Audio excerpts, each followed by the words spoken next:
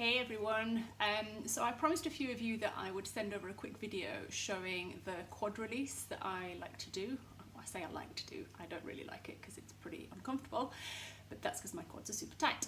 So I know that my body needs it, and I give it to loads of my clients, particularly those who have a very anteriorly tilted pelvis.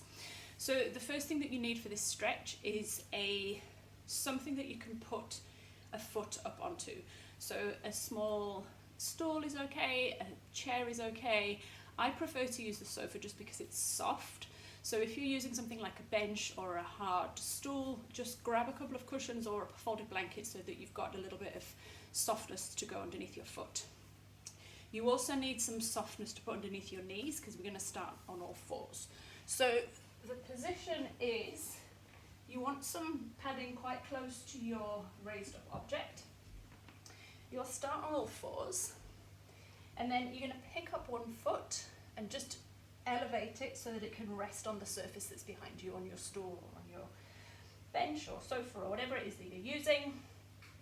And for some people who've got super tight quads, this might already feel really intense. So I would encourage you to just kind of scoot away a little bit as needed. The closer your heel is to your bum, the more you're going to feel the stretch. So play with a position that feels manageable, and then you're just going to bring your other foot forward, and from here it's a little pelvis tuck to bring you up into the stretch. Okay, so again, once you've brought yourself upright, for some people this can feel insanely intense, the stretch.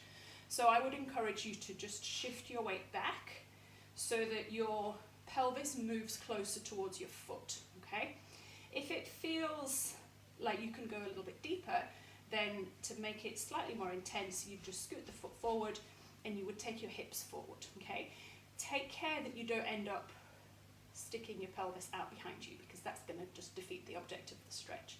So once you're here, you'll just take a moment to let your body kind of get used to it, and then to make it a slightly more active stretch, you will push the foot that's elevated, sending it right down into the sofa. So this is why I prefer to use the sofa. Actually, I'm just going to scoot back because my foot's sliding a little. Obviously, if you're using a bench or something a bit more solid, you need to make sure that you've got plenty of cushioning, because otherwise you just won't want to push into it. So as that foot pushes down, I'm now trying to tuck my pelvis and get my hip bones to kind of lift. And that's the point that gets right into that quad. And then to release it, I'm just going to release the pelvis and let the foot relax again. I'm not lifting it off, but you can if you want to, but I'm just kind of taking away that downward pressure. So that's the basic setup. Start on all fours, pick up one foot, put it onto the sofa, lift yourself into kind of a high kneeling position. Once you're there, push, push, push into the foot, tuck, tuck, tuck as much as you can. If you want to really go for it, again, you can aim to get that pelvis a little bit further away from the back foot. But just play with it, see how it feels. If it's super intense, remember you're moving your body back towards the sofa, you might not have a lot of tuck available to you.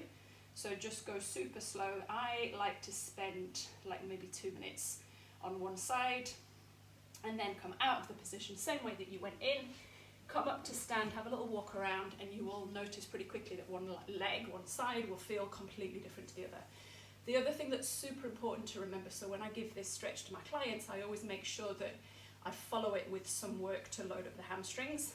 If the quads are really tight, it's often because they're trying to do the job of stabilizing, because the hamstrings don't want to.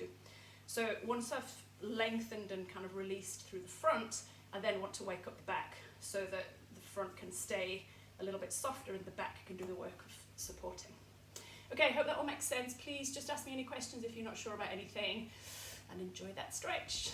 Thanks everyone, bye.